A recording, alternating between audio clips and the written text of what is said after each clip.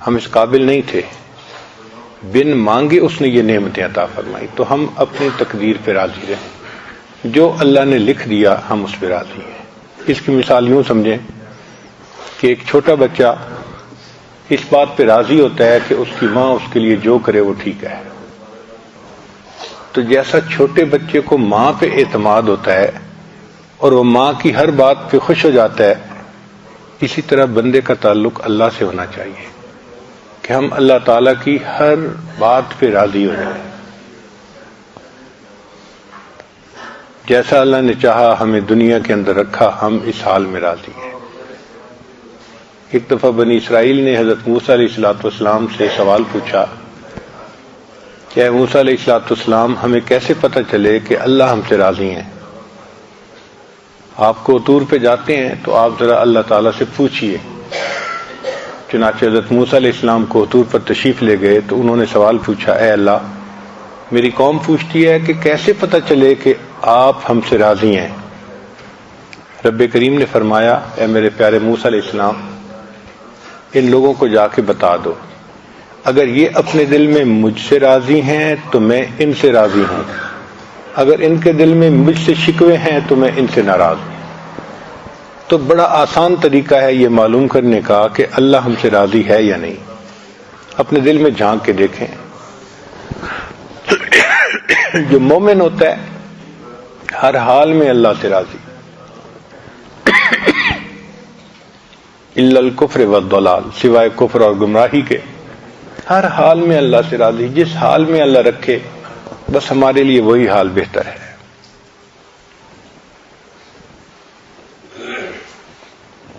اللہ رب العزت نے ہمیں دنیا میں بھیجا تاکہ ہم اللہ رب العزت کو اپنا رب سمجھیں۔ یوم میثاق میں اللہ نے روحوں کو اکٹھا کر کے وعدہ لیا تھا، الست بربکم، کیا میں تمہارا رب نہیں ہوں؟ سب نے کہا بلا، اے اللہ آپ ہی ہمارے رب ہیں۔ تو جب سب نے عہد کر لیا تو اللہ تعالیٰ نے اس عہد کو آزمانے کے لیے بندوں کو دنیا میں بھیج دیا کہ جاؤ اور میں دیکھتا ہوں کہ دنیا میں تم رب کس کو سمجھتے ہو۔ رب کہتے ہیں پالنے والا۔ ہم دنیا میں آتے ہیں تو ہمارا رب تو اللہ ہے، لیکن اسباب کے اندر ایسا الجھ جاتے ہیں کہ ہم سمجھتے ہیں ہم زراعت سے پل رہے ہیں، ہم دکان سے پل رہے ہیں، ہم تو فیکٹری سے پل رہے ہیں، تو ہماری نظر اللہ تعالیٰ سے ہٹ جاتی ہے اور اسباب پہ آ جاتی ہے۔ یہ بہت بڑا دھوکہ ہے۔ ہم فیکٹری سے نہیں پل رہے، اللہ پال رہا ہے۔ ہم نوکری سے نہیں پل رہے، اللہ پال رہا ہے۔ ہم کھیتی سے نہیں پل رہے، اللہ ہمیں پال رہا ہے۔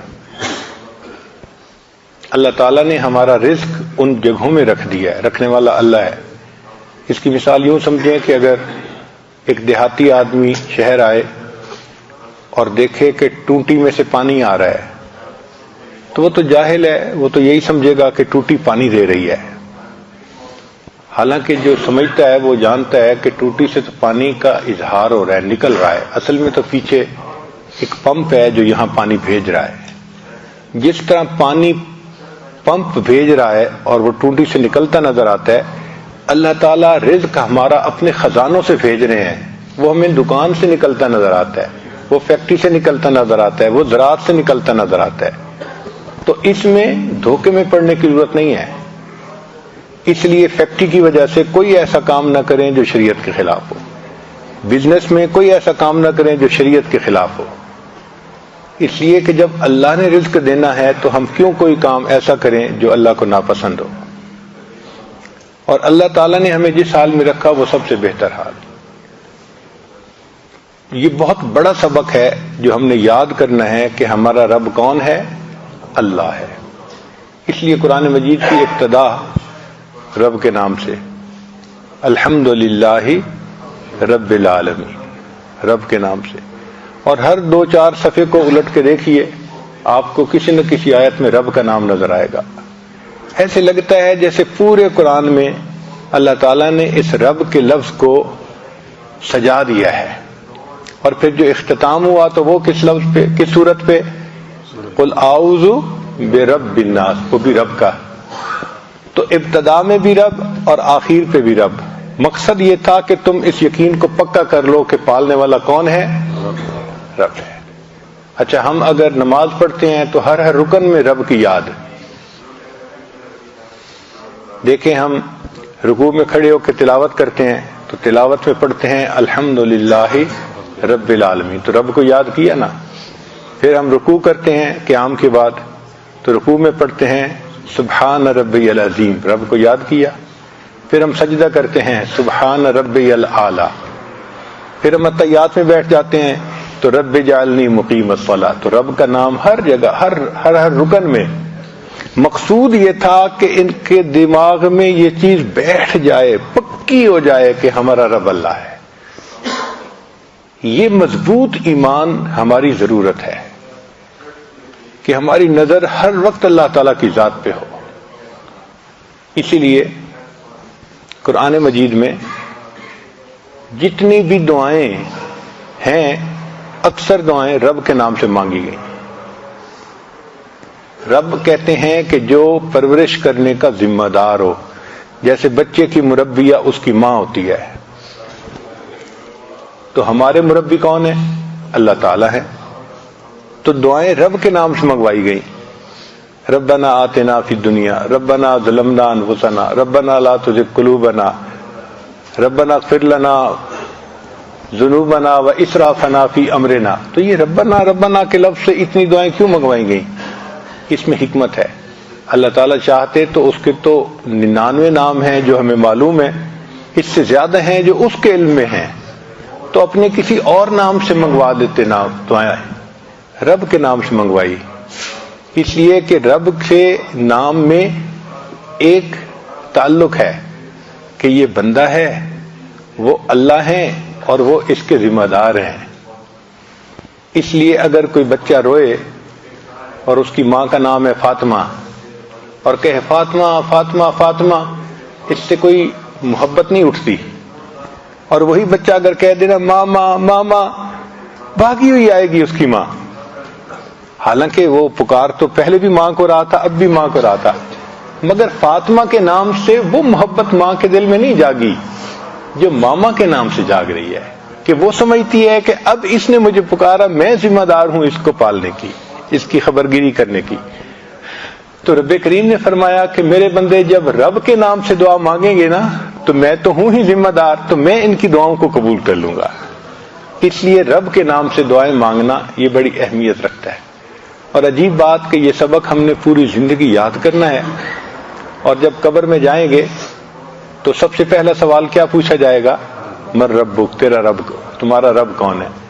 معلوم ہوا کہ ساری زندگی تیاری کی اور امتحان کا پہلا کوشچن یہ ہے کہ من ربک، بتاؤ بھائی تمہارا رب کون ہے. اب جس نے تو اللہ پہ ایمان پکا بنا لیا ہوگا وہ تو کہے گا کہ اللہ ربی، اللہ میرا رب ہے. اور جو فیکٹری کو سمجھے گا اور کھیتی کو سمجھے گا وہ کہے گا ہائی ہاتا، مجھے نہیں معلوم کہ میرا رب کون ہے. قیامت کے دن بھی انسان اللہ کے سامنے کھڑا ہوگا تو اس دن بھی رب کا تذکرہ کہ یوم یقوم الناس لرب العالمین. قیامت کے دن انسان اپنے رب کے سامنے کھڑے ہوں گے. تو ہمارا تعلق ہے اللہ کے ساتھ، ہم بندے ہیں، وہ ہمارا رب ہے، اس پہ ہمیں خوشی ہونی چاہیے. کسی کا مربی اتنا کامل نہیں ہو سکتا جتنا کامل اللہ ہے. کسی کو اتنی صفات حاصل نہیں جو صفات اللہ کو حاصل ہے. کسی کے پاس اتنے خزانے نہیں جو خزانے اللہ کے ہیں. تو جب ہمارا رب ایسا ہے کہ ہر اعتبار سے کامل ہے، ہر نقص سے، ہر برائی سے بلند اور برتر ہے، تو ہمیں تو اس بات پہ بہت خوشی اور ناز ہونا چاہیے. ہمیں کیا فکر ہے کہ ہمارا رب تو اللہ ہے. اس لیے سیدنا علی لانو ایک عجیب بات فرماتے تھے، اے اللہ میرے لیے یہی عزت کافی ہے کہ تو میرا پروردگار ہے. اے اللہ میرے لیے یہی عزت کافی ہے کہ تو میرا پروردگار ہے، اور میرے لیے یہی فخر کافی ہے کہ میں تیرا بندہ ہوں. یہ باعث فخر ہے ہمارے لیے کہ ہم اللہ کے بندے ہیں. اس سے بڑی عزت اور ہمیں کیا مل سکتی ہے کہ اللہ نے ہمیں اپنا بندہ بنا لیا. تو 3 باتیں ہیں جو آج کی اس مجلس میں آپ اپنے دل میں اچھی طرح بٹھا لیں، پہلی بات کہ ہم اللہ سے راضی ہوں کہ وہ ہمارا رب ہے، خوش ہوں اس بات پہ، دل میں خوشی کی لہر محسوس کریں کہ ہمارا پروردگار اللہ ہے، اور جو بھی ہو جائے اس کو ہم سمجھیں کہ یہ ہمارے اللہ کی طرف سے ہے، اور جو بھی ہے اس میں ہمارے لیے بہتری ہے۔ اس کو کہتے ہیں رضا بالقدر، کہ تقدیر پہ راضی رہنا۔ اور دوسرا کہ ہم نبی علیہ الصلوۃ والسلام سے راضی ہوں کہ وہ ہمارے پیغمبر علیہ السلام ہیں۔ سچی بات ہے، نبی علیہ الصلوۃ والسلام کی تعلیمات کے انوارات جب نصیب ہوتے ہیں نا، تو اتنا شکر کا احساس ہوتا ہے دل میں، اے اللہ آپ نے کتنا کرم کیا کہ آپ نے اپنے محبوب کو ہمارا راہبر و رہنما بنا دیا۔ اگر نبی علیہ الصلوۃ والسلام ہمیں زندگی گزارنے کی تعلیم نہ دیتے تو پتہ نہیں آج ہم کن گمراہیوں میں پڑے ہوئے ہوتے۔ دیکھیں، مسنون دعاؤں کے معنی پہ غور کریں۔ اگر نبی علیہ الصلوۃ والسلام نے یہ دعائیں مانگنی نہ سکھائی ہوتی، انسانوں کے دماغ کی پرواز اتنی نہیں تھی کہ وہ اپنے دماغ سے ایسی دعائیں مانگ سکتے۔ اب یہ جو ہے رب اللہم مہدنا فی من ہدیت وعافنا فی من عافیت، ان کے معنی پہ غور کریں۔ معنی بتاتے ہیں کہ اگر یہ دعا نبی علیہ الصلوۃ والسلام نہ سکھاتے تو کسی ولی کی اتنی پرواز نہیں تھی کہ وہ اپنی فہم سے ایسی دعا مانگ سکتا۔ یہ نبوت کی شان ہے، جو اللہ کو کامل جانتے تھے انہوں نے مانگنا سکھا دیا۔ اور جو طائف کی دعا ہے وہ تو پڑھ کے حیران ہی ہوتے ہیں، حیرت ہی ختم نہیں ہوتی کہ اللہ کے محبوب صلی اللہ علیہ وسلم نے کتنی خوبصورت دعا مانگی۔ اور یہ دعا اللہم انی عبدک وابن عبدک وابن امتک، حیران ہوتے ہیں یا اللہ کیا سونے کی سیاہی سے لکھنے کے قابل الفاظ ہیں جو محبوب صلی اللہ علیہ وسلم کی مبارک زبان سے نکلے ہیں۔ تو نبی علیہ الصلوۃ والسلام کی تعلیمات کا جب نور نصیب ہوتا ہے نا، تو ایک احسان کی کیفیت دل میں آتی ہے کہ شکر ہے کہ اللہ کے حبیب صلی اللہ علیہ وسلم ہمارے معلم اور ہمارے مرشد، ہمارے نبی علیہ الصلوۃ والسلام، اور ان کی محبت دل میں آتی ہے۔ تو ہم نبی علیہ السلام سے راضی ہیں کہ وہ ہمارے نبی ہیں، اور دین اسلام سے ہم راضی ہو جائیں کہ وہ ہمارا دین ہے۔ سچی بات تو یہ ہے کہ اگر ہمیں دین نہ ملتا ہم جانوروں جیسی زندگی گزارتے ہیں۔ کتنے لوگ دنیا میں ہیں جو عقل میں ہم سے اچھے ہیں، لیکن بیچارے ایسی بری زندگی گزار رہے ہیں کہ جانوروں جیسی۔ ہمیں شریعت نے بتایا کہ دیکھو یہ حلال ہے کھاؤ اور یہ حرام ہے مت کھاؤ، ان بیچاروں کو پتہ ہی نہیں، حرام حلال کی تمیز ہی نہیں، چنانچہ پتہ نہیں کیا کیا چیزیں کھاتے ہیں۔ ہمارے ایک قریبی ساتھی تھے، وہ ایک مرتبہ چائنا چلے گئے۔ اب وہاں لوگ انگلش کم جانتے ہیں اور یہ انگلش ہی بول سکتے تھے، تو ان کو خوب بھوک لگی، یہ چاہتے تھے کہ میں کہیں سے کچھ کھانا کھاؤں، تو انہوں نے سوچا کہ چلو میں اشاروں کی زبان سے اپنا کام نکالتا ہوں۔ ایک چائنیز کو انہوں نے کھڑا کیا اور اس کو انہوں نے کہنا چاہا کہ بھئی مجھے بھوک لگی ہے، تو انہوں نے پیٹ کی طرف اشارہ کیا، پیٹ خالی ہے میرا۔ وہ ان کو لے کے گیا ایک جگہ، جا کے دیکھا تو وہ ٹوائلٹ تھا۔ وہ سمجھا ان کے پیٹ میں خرابی ہے اور یہ بیچارہ ٹوائلٹ جانا چاہتا ہے۔ کہتے ہیں کہ میں ٹوائلٹ میں آ کے حیران، یہ مجھے کہاں لے کے آیا۔ پھر میں نے سوچا کہ میں کچھ اور طریقہ اختیار کروں، ایک دوسرے بندے کو روکا اور اس بندے کو پھر میں نے منہ کی طرف اشارہ کیا کہ میں کچھ کھانا چاہتا ہوں۔ وہ مجھے کہنے لگا کہ آؤ میرے ساتھ۔ وہ مجھے لے کے گیا ایک ریسٹورانٹ کے اوپر، اور میں نے دیکھا تو وہاں مچھلیاں اور اس قسم کی چیزیں بہت تلی ہوئی پڑی تھی، کباب بنے ہوئے پڑے تھے، اور میں ان کو دیکھ رہا تھا تو کہنے لگا کہ جہاں مچھلی پڑی تھی وہاں ایک چوہا بھی پڑا تھا، پورا کا پورا تلا ہوا، اس کی دم بھی نظر آ رہی ہے، مونچھیں بھی نظر آ رہی ہیں۔ کہتے اس کو دیکھ کے مجھے تو طبیعت میں بڑی کراہت ہوئی کہ ہیں یہ چوہے بھی کھاتے ہیں۔ خیر میں نے ایک جگہ دیکھا کہ بھئی کچھ گول گول بوٹیاں ہیں، تو میں نے پھر اسے کہا کہ بھئی مجھے یہ سالن چاہیے۔ اس نے کہا ٹھیک ہے۔ جب وہ سالن ڈال رہا تھا تو میرے دل میں اچانک خیال آیا میں اسے پوچھ تو لوں کہ یہ گوشت ہے کس کا. تو میں نے اس سے پوچھا کہ بھائی یہ گوشت ہے کس کا؟ وہ آگے سے کہنے لگا وہ پتہ چلا کتے کا گوشت تھا.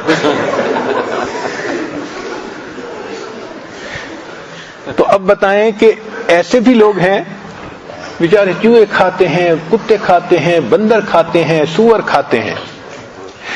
یا اللہ تیرا کتنا ہم پر کرم، ہم تو ساری زندگی سجدے میں پڑے رہے. اللہ ہم آپ کا شکر ادا نہیں کر سکتے کہ آپ نے ہمیں ایسا دین عطا کیا، ایسی نعمت عطا فرمائی کہ بس معلوم کرو اور عمل کرتے چلے جاؤ. تو ہم یقینی بات ہے کہ اللہ تعالیٰ کے اس نعمت کا شکر ادا نہیں کر سکتے جو دین اسلام کی نعمت اللہ نے دی ہے. یہ جو ہمارے گھروں میں اولاد ماں باپ کی محبتیں ہیں، یہ محبتیں آپ کو کفر کی زندگی میں نظر نہیں آ سکتی، نہیں ہے. چنانچہ ایک ریاست ہے کنیکٹیکٹ، نیو یارک کے قریب ہے، نیو جرسی نیو یارک کے قریب ہے. وہاں پر ایک مقدمہ چلا جو ٹی وی کی زینت بنا، یعنی اس کو ٹی وی پہ دکھایا گیا پوری پروسیڈنگز کو. چونکہ سب نے دیکھا اس لیے میں بھی نقل کر رہا ہوں. مقدمہ کیا تھا؟ ایک ماں نے بیٹے پہ مقدمہ کیا کہ میرا خاوند فوت ہو گیا، یہ میرا جوان بیٹا ہے، میں اس کے ساتھ گھر میں رہتی ہوں. میرا مقدمہ یہ ہے کہ اس میرے بیٹے نے ایک کتا پالا ہوا ہے اور یہ دن میں تقریباً 3-4 گھنٹے اس کتے کے ساتھ گزارتا ہے. اس کو باہر لے کے جاتا ہے، کھانا کھلاتا ہے، اس کا خیال رکھتا ہے. 3-4 گھنٹے روزانہ یہ کتے کے ساتھ گزارتا ہے. میں اس کی ماں ہوں، میں اکیلی اداس ہوتی ہوں، میرا دل چاہتا ہے کہ یہ بچہ میرے کمرے میں 5 منٹ کے لیے آئے، یہ نہیں آتا. تو میں عدالت سے استدعا کرتی ہوں کہ اس کو حکم دیں کہ یہ روزانہ 5 منٹ کے لیے آ کے مجھے اپنا چہرہ ہی دکھا دیا کرے. ماں نے مقدمہ کیا اور وکیل کیا، بچے نے بھی اس کے مقابلے میں وکیل کیا، اور یہ مقدمہ چلا. دونوں طرف سے دلائل دیے گئے، اور دلائل دینے کے بعد جو مقامی قانون تھا اس کے حساب نے جج نے ججمنٹ دی کہ جی کتا اس لڑکے نے پالا ہوا ہے، کتا اس کی لائبلٹی ہے. 2 گھنٹے لگیں 5 گھنٹے لگیں اس کو لگانے پڑیں گے اس کی ضرورت کو پورا کرنے کے لیے، چونکہ اس کی ذمہ داری ہے. رہ گئی ماں، تو چونکہ بچے کی عمر 18 سال سے اوپر ہو چکی، اس کی ماں اس کی جو ہے لائبلٹی نہیں ہے. ہم قانون کے مطابق بچے کو مجبور نہیں کر سکتے کہ اپنی ماں کو روزانہ چہرہ دکھا دیا کرے. اب بتائیں جہاں ماں باپ اور اولاد کا یہ تعلق ہو وہاں کیا زندگی ہوگی.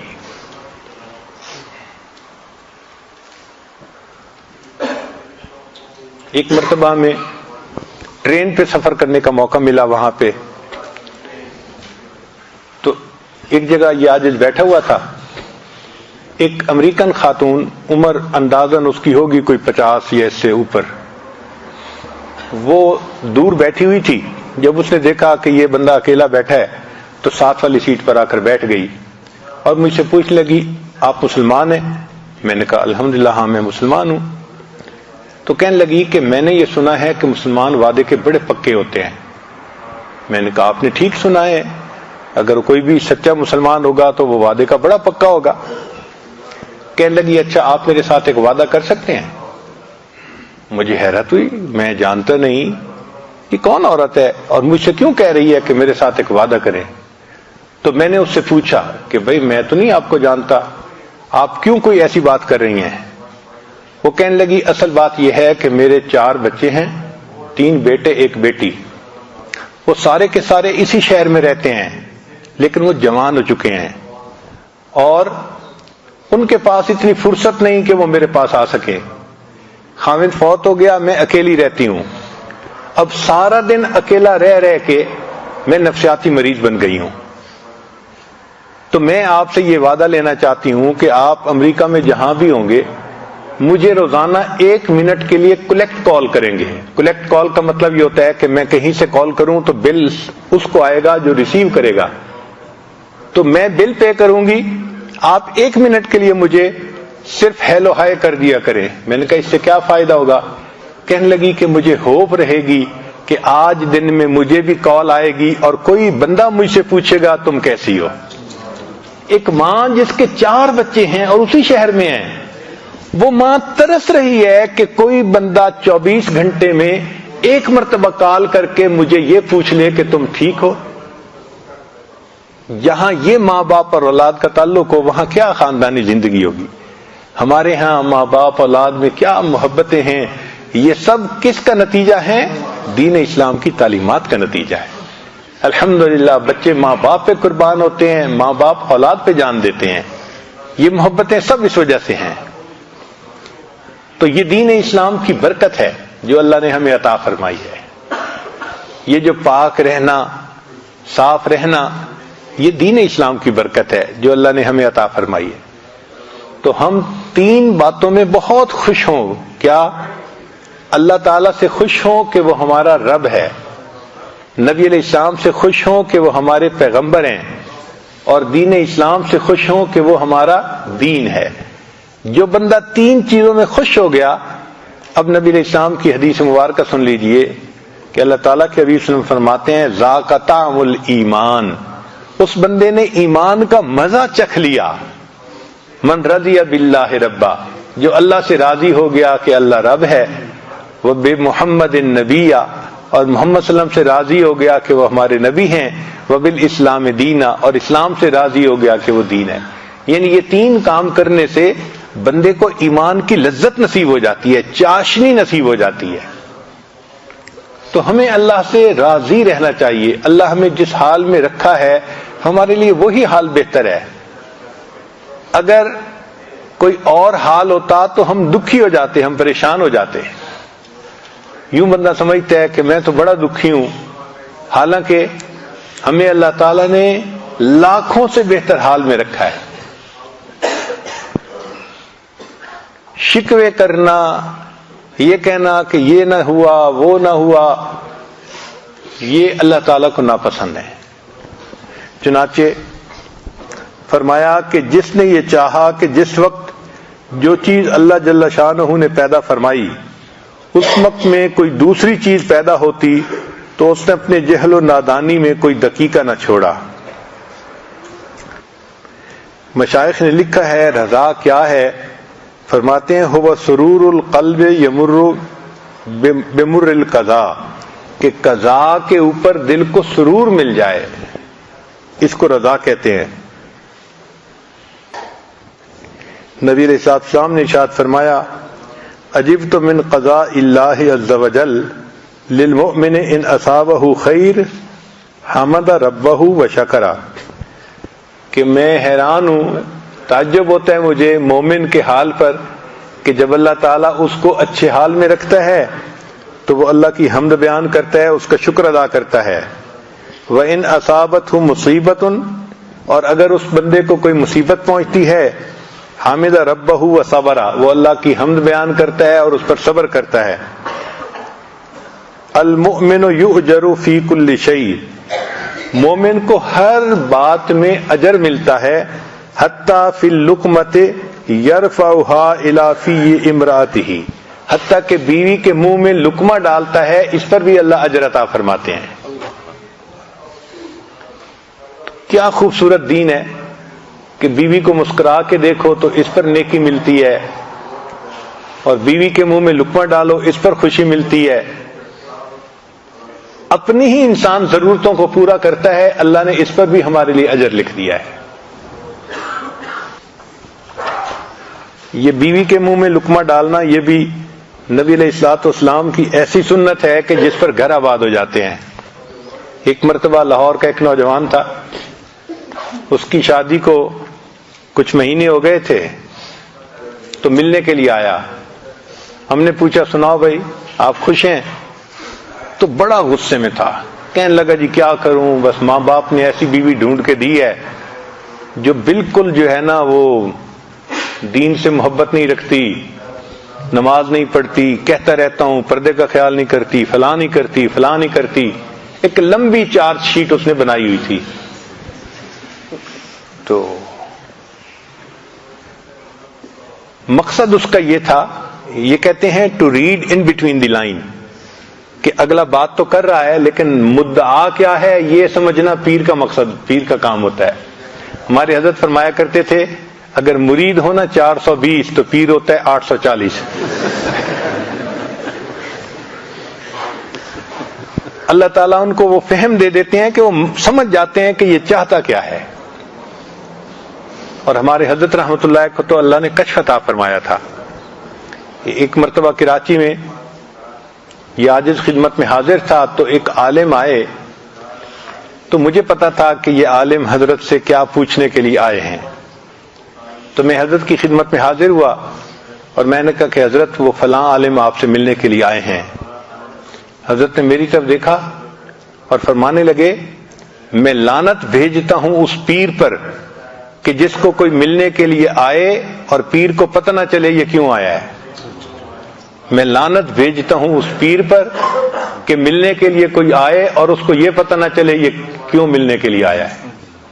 تو ہمارے حضرت کو تو اللہ نے کشف دیا تھا، اللہ نے ان کو ایسی فہم دی تھی، فراست دی تھی کہ وہ پہچانتے تھے.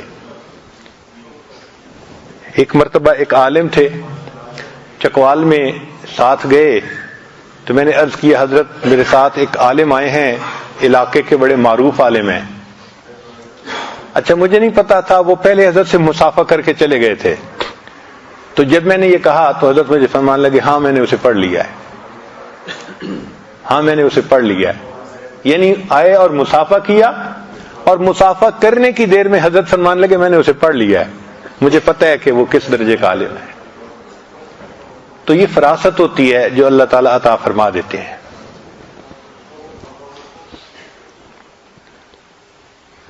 اب اس نوجوان نے آ کے نا جب لمبی چار شیٹ بیان کی تو مجھے سمجھ لگ گئی کہ یہ کہنا کیا چاہتا ہے. وہ اصل میں مجھ سے NOC مانگ رہا تھا کہ حضرت جی کہہ دیں کہ تم اس کی طبیعت ذرا ٹھیک کرو تو میں بیوی کو جو ہے ذرا ٹھیک کر دوں گا. خیر جب اس نے اپنی ساری بات کر لی تو میں نے اس سے کہا کہ اچھا مجھے یہ بتاؤ کہ جس وقت شادی ہوئی تھی اس وقت تو آپ بھی اسی حال میں تھے، چونکہ اس کو بیعت ہوئے بھی تھوڑا وقت ہوا تھا. شادی کے وقت جیسا لڑکا تھا ویسی لڑکی ماں باپ نے ڈھونڈی تھی. کہنے لگے جی ہاں اس وقت تو میری بھی حالت وہی تھی. میں نے کہا پھر آپ کیسے بدلے؟ کہ جی میں نے آپ کے بیانات سنے، پھر میں نے بیعت کر لی اور میری زندگی بالکل بدل گئی. میں نے کہا کیا یہ موقع آپ کی بیوی کو بھی ملا؟ کہنے لگا نہیں. میں نے کہا کسی مجلس میں اس کو بیان سنوایا؟ کہنے لگے نہیں. میں نے کہا جب تک وہ یہ بیان نہیں سنے گی تو زندگی کیسے بدلے گی؟ یہ تو قصور اس کا نہیں ہے، یہ تو قصور آپ کا ہے جس نے موقع ہی نہیں دیا. تو تھوڑا سا نا وہ سلو ہو گیا کہ بھئی میں جس شد و مد کے ساتھ آیا تھا نا یہاں یہ سلسلہ نہیں چلے گا. اچھا خیر میں نے پھر اس کے بعد اس سے ویسے باتیں کی، جنرل باتیں جو ہوتی ہیں نوکری کے بارے میں ادھر ادھر کی. اور پھر اس کے بعد اس کو رخصت کرتے ہوئے میں نے کہا کہ آپ ایسا کریں کہ جب جائیں نا تو جاتے ہوئے راستے سے مٹھائی کا ایک ڈبہ لے لیں. اس نے پوچھا جی؟ میں نے کہا وہ جا کے جب گھر میں دسترخوان بچھے نا کھانے کے لیے تو وہ مٹھائی کا ڈبہ بھی اس کے اوپر رکھنا اور ان میں سے مٹھائی کا ایک ٹکڑا اٹھا کے نا بیوی کے منہ میں ڈالنا. وہ مجھ سے پھر پوچھتے جی؟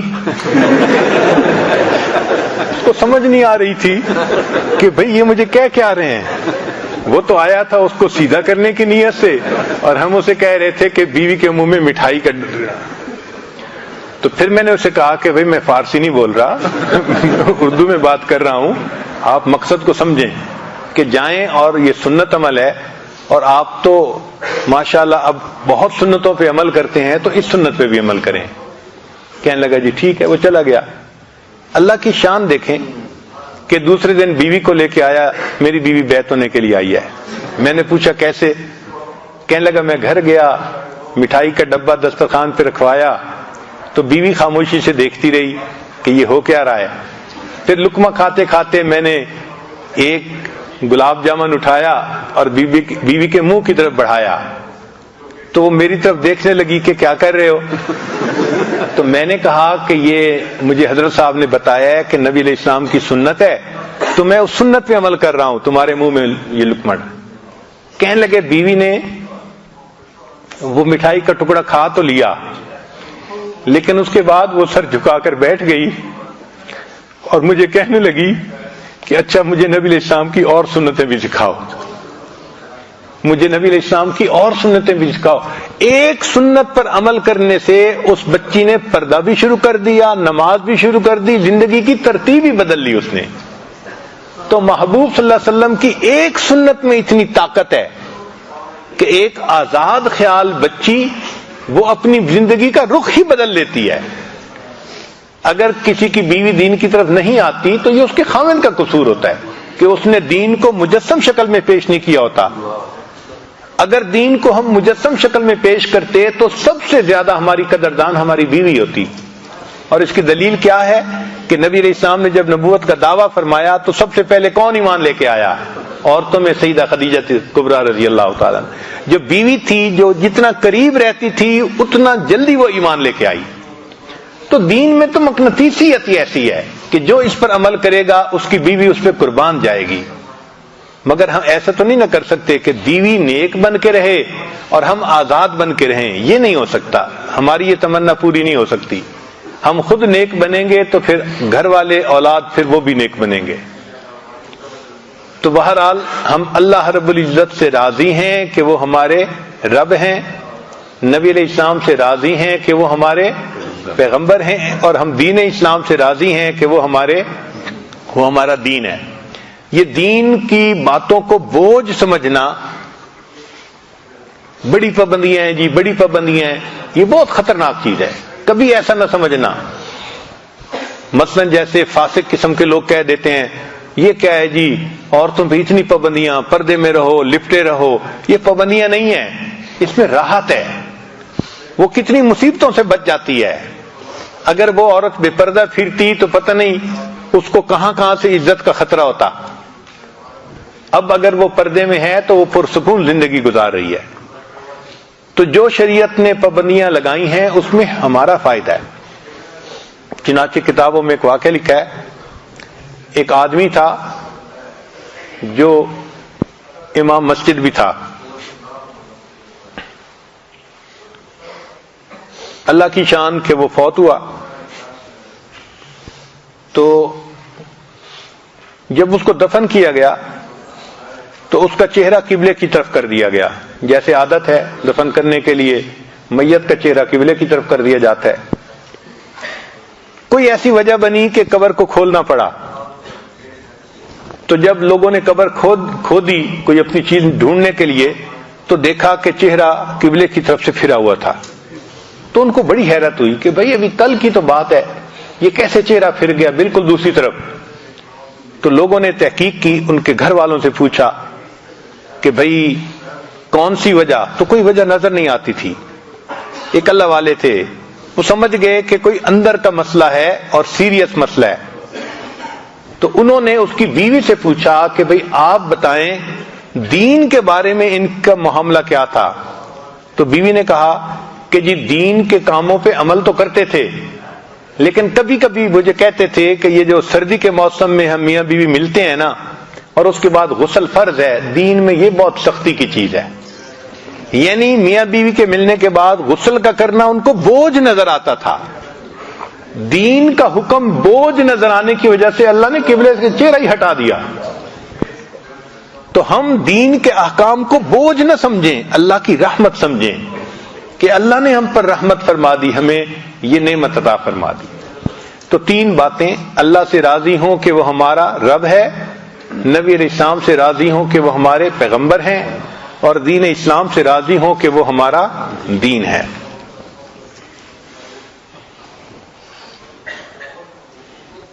قال رسول اللہ صلی اللہ علیہ وسلم الصبر رضا، کہ تقدیر کے اوپر صبر کرنا اس کا نام رضا ہے۔ نبی علیہ السلام نے ارشاد فرمایا الرضا غنیمتی، کہ رضا میری غنیمت ہے۔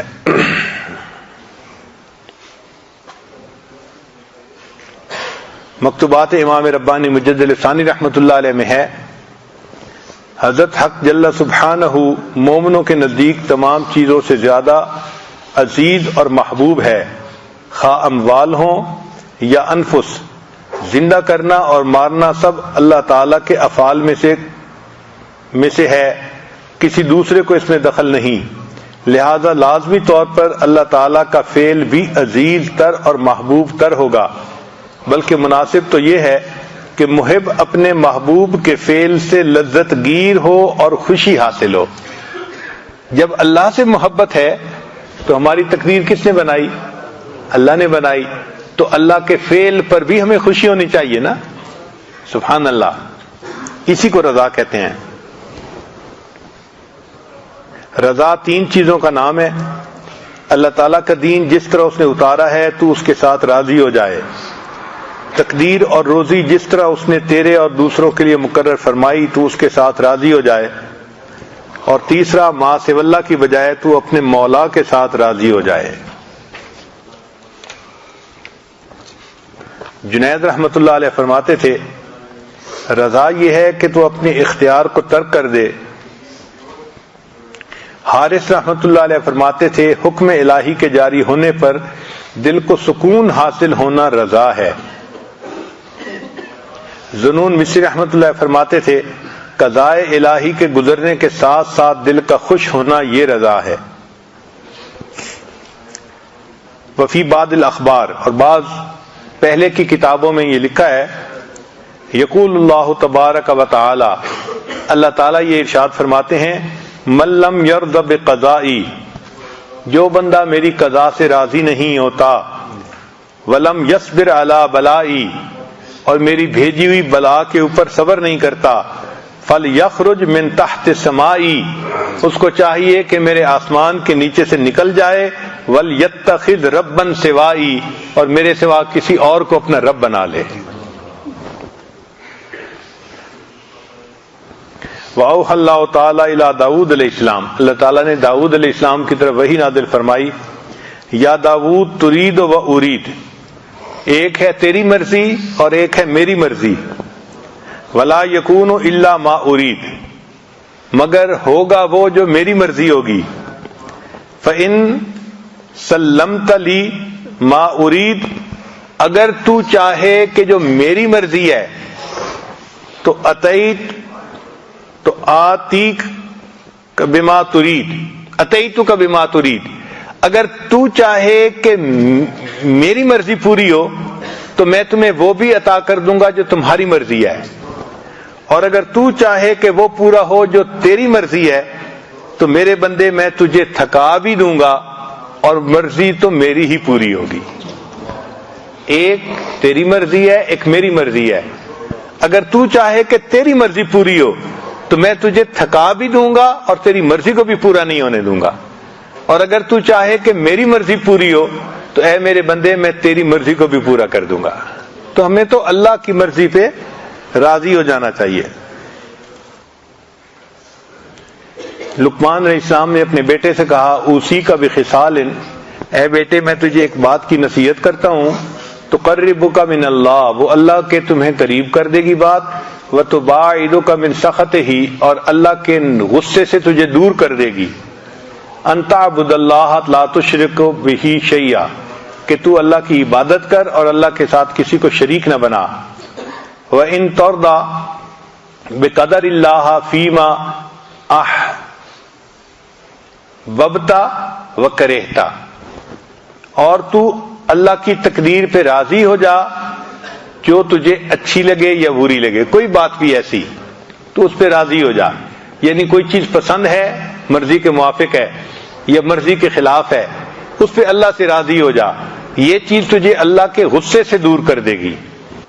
عمر بن الخطاب عنہ نے ابو موسیٰ اشعری رضی اللہ عنہ کو خط لکھا، اس میں فرمایا اما بعد فإن الخیر کلہ فی الرضا، خیر ساری کی ساری اللہ کی رضا میں ہے، فإن استطعت ان ترضى وإلا فاصبر، تجھے چاہیے کہ تو اللہ سے راضی ہو جائے ورنہ تو تقدیر کے اوپر صبر کر۔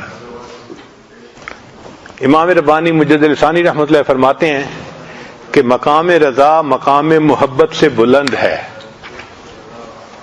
مقام رضا مقام محبت سے بلند ہے۔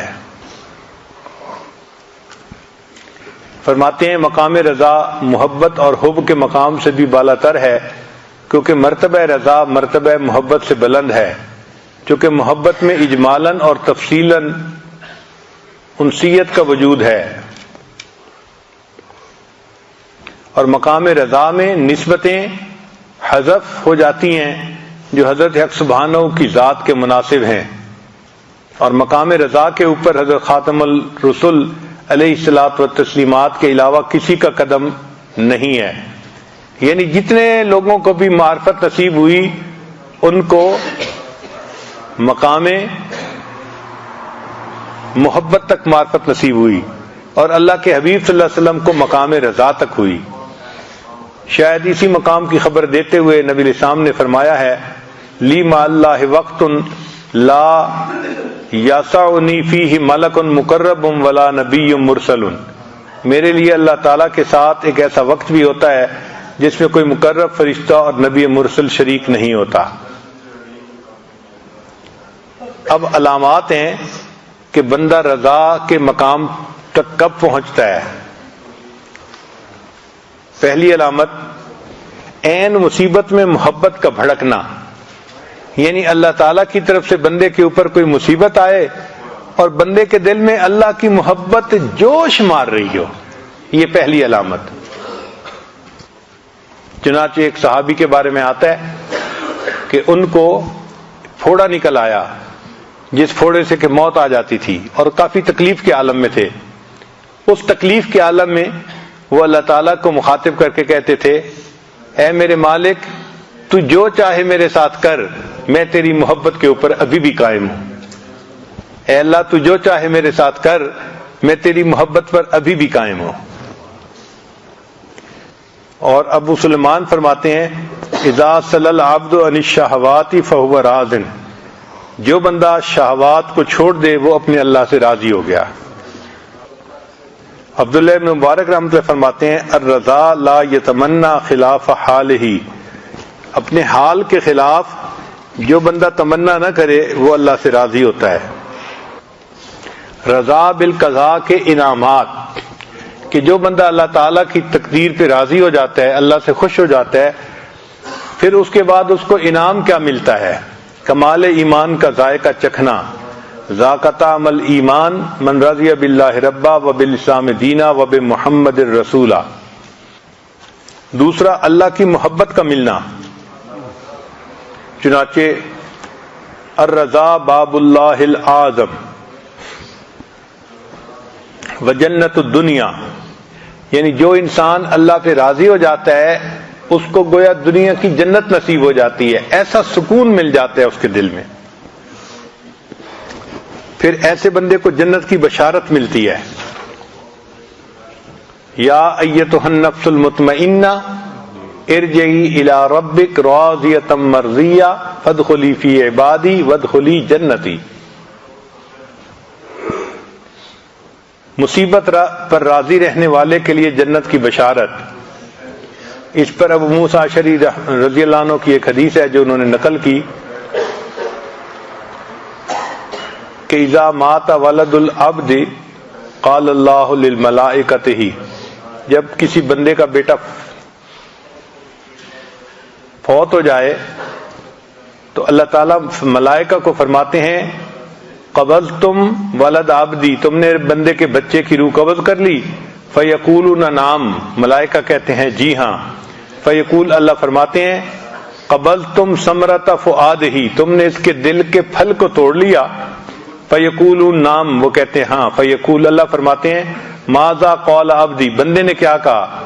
فیقولون، فرشتے کہتے ہیں، حمدک، کہ اس بندے نے آپ کی حمد بیان کی، واسترجع، اور اس نے انا للہ پڑھی۔ فیقول اللہ، اللہ تعالیٰ فرماتے ہیں، ابنوا لعبدی بیتا فی الجنۃ وسموہ بیت الحمد، اس بندے کے لیے جنت میں محل تیار کر دو اور اس محل کا نام بیت الحمد رکھ دو۔ سبحان اللہ، اللہ کی رضا پہ راضی رہنے کی کیا نعمت ہے، اللہ جنت میں محل تعمیر کروا دیتے ہیں۔ پھر ایسے بندے کو اللہ تعالیٰ برکتیں عطا فرماتے ہیں اور غنی کر دیتے ہیں۔ فمن رضی بما قسم اللہ لہ، جو راضی ہو گیا جو اللہ نے اس کے لیے رزق کو تقسیم کیا، یعنی تقدیر میں لکھا، بارک اللہ لہ فیہ ووسعہ، اللہ تعالیٰ اس کے لیے برکت ڈال دیتے ہیں اور اس کو فراخی عطا فرما دیتے ہیں۔ پھر جو بندہ اللہ سے راضی ہوتا ہے، اسرع الناس مرن علی الصراط، پل صراط سے جو لوگ گزریں گے ان میں سب سے زیادہ تیز رفتاری کے ساتھ وہ بندہ گزرے گا جو اللہ کی رضا پہ راضی رہے گا۔ پھر جلساء الرحمن یوم القیامہ، کہ جو بندے اللہ سے راضی ہوں گے وہ قیامت کے دن اللہ تعالیٰ کے ہم جلیس ہوں گے، مجلس میں بیٹھنے کی ان کو سعادت نصیب ہوگی اور اللہ کی ان کو رضا حاصل ہوگی اور ان کو افضل درجات حاصل ہوں گے جنت میں۔ پھر ان کو اجر عظیم حاصل ہوگا، جو اللہ سے راضی ہوتے ہیں ان کو اللہ تعالیٰ اجر عظیم عطا فرماتے ہیں۔ اور ایک حدیث مبارکہ ہے، وہب بن منبہ رحمۃ اللہ علیہ نقل کرتے ہیں کہ داؤد علیہ السلام کو اللہ نے وحی نازل فرمائی کہ قال داؤد علیہ السلام، داؤد علیہ السلام نے پوچھا، رب ایو عبادک ابغض الیک، اے اللہ بندوں میں سے کون سا بندہ آپ کو سب سے زیادہ ناپسند ہے؟ قال، وہ بندہ جو میری تقدیر پہ راضی نہیں رہتا، وہ مجھے اپنے بندوں میں سب سے زیادہ ناپسند بندہ ہے۔ جو شخص کے قضاء سے جنگ کرتا ہے وہ ذلیل ہوتا ہے، اللہ اسے ذلت عطا فرماتے ہیں۔ تو اللہ تعالیٰ کے ہر کام میں خیر ہوتی ہے، بندے کو چاہیے کہ اللہ کے ہر کام میں راضی رہے۔ یہ اسرائیلیات میں ایک واقعہ ہے کہ ایک عابد تھا بنی اسرائیل کا، اس نے دعا مانگی کہ یا اللہ میں نے اتنے سال آپ کی عبادت کی، اب آپ مجھے یہ بتا دیجئے کہ جنت میں مجھے کون سی بیوی ملے گی۔ تو اسے خواب میں بتا دیا گیا کہ فلاں جگہ جاؤ تو بکریوں کو چرانے والی ایک عورت ہے، وہ تمہاری جنت میں بیوی ہوگی۔ چنانچہ وہ بندہ گیا تو اس کو اس جگہ پر ایک عورت مل گئی۔ اس نے اس کو کہا کہ میں چاہتا ہوں کہ میں 2-3 دن تمہارے قریب رہوں تاکہ مجھے تمہاری عبادت کا پتہ چلے کہ تم کیسی کرتی ہو۔ اس نے کہا ٹھیک ہے۔ چنانچہ یہ وہاں رہا۔ اس نے دیکھا کہ نہ وہ دن میں روزہ رکھتی تھی اور نہ وہ رات کو لمبی تہجد پڑھتی تھی، جبکہ یہ بندہ صائم الدہر تھا اور قائم اللیل تھا، ساری رات عبادت کرتا تھا، سارا دن روزہ رکھتا تھا۔ تو جب 2-3 دن اس نے دیکھا کہ بھئی اس کی تو عبادت کچھ بھی نہیں ہے میرے مقابلے میں، اس کو بڑی حیرت ہوئی کہ بھئی اتنی میں عبادت کرتا ہوں اور سالوں سے کر رہا ہوں، اور میرے درجے میں یہ عورت پہنچے گی اور میری بیوی بنے گی کہ جو ساری رات آرام سے سوتی ہے اور سارا دن جو ہے اپنا کام میں لگی رہتی ہے اور روزہ بھی نہیں رکھتی سوائے فرض روزوں کے۔ تو اس نے پھر اس سے تیسرے دن پوچھ لیا کہ تیرا کون سا عمل ہے جو اللہ کو پسند آیا، جس کی وجہ سے اللہ نے تیرے رتبے جنت میں بلند فرما دیے؟ اس عورت نے کہا کہ میں زیادہ عبادت نہیں کرتی، ایک عام زندگی گزارتی ہوں، بس اتنی بات ہے کہ میں اپنے اللہ سے اس سے راضی ہوں، اس نے جو میری تقدیر بنا دی میں اپنے رب سے راضی ہوں۔ تو اس نے کہا کہ ہاں تیرا یہ عمل ہے جس کی وجہ سے اللہ نے جنت میں تیرے درجوں کو بلند کر دیا۔ تو عبادت کیے بغیر جنت میں درجے بلند ہوں گے اس عمل پر کہ انسان اللہ سے راضی ہے۔ تو آج کی مجلس میں ہم نے یہ سبق سیکھا کہ ہم اپنی تقدیر پہ راضی ہوں، اور یہ صرف زبان کے الفاظ نہ ہوں، یہ دل کی کیفیت ہو، دل میں خوشی ہو کہ اللہ ہمارے رب ہیں، نبی علیہ السلام ہمارے پیغمبر اسلام ہیں اور دین اسلام ہمارا دین ہے، اور اللہ نے ہمیں جس حال میں رکھا ہوا ہے یہ بہترین حال ہے۔ جو لکھ دیا ہم اپنے مالک پہ راضی ہیں، ہم اپنے محبوب پہ راضی ہیں۔ جیسے امام ربانی مجدد نے ہم نے فرمایا کہ جب محبوب سے محبت ہوتی ہے تو جو کام محبوب کرے اس سے بھی محبت ہوتی ہے۔ تو اللہ نے ہماری تقدیر بنائی، ہم اس پہ بھی خوش ہیں کہ اللہ نے ہماری تقدیر جیسے بنائی۔ اللہ تعالی ہمیں مقام رضا عطا فرمائے۔ وآخر دعوانا ان الحمد للہ رب العالمین۔